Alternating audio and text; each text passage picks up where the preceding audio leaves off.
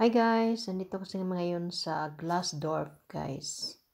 Nag-coffee drinks kami ng mother-in-law ko at saka sa daughter ng husband ko guys.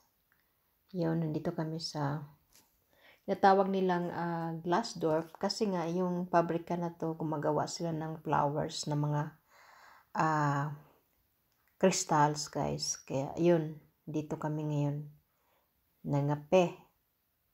Yan guys, sana mag-enjoy kayo guys sa binidyo ko. Ito yung restaurant na pinuntahan namin.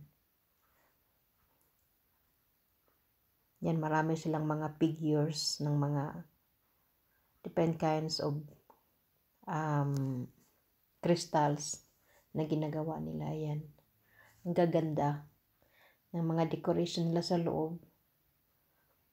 Ang dami nilang Christmas decoration. Ang gaganda talaga.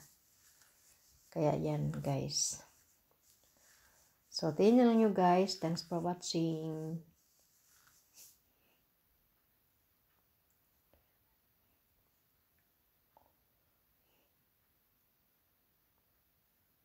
Yan ang ganda ng mga decoration nila. Yung mga ginagawa nilang crystal. Yan guys, ang gaganda. Dami lang decoration sa loob. Tapos ang dami nilang customer.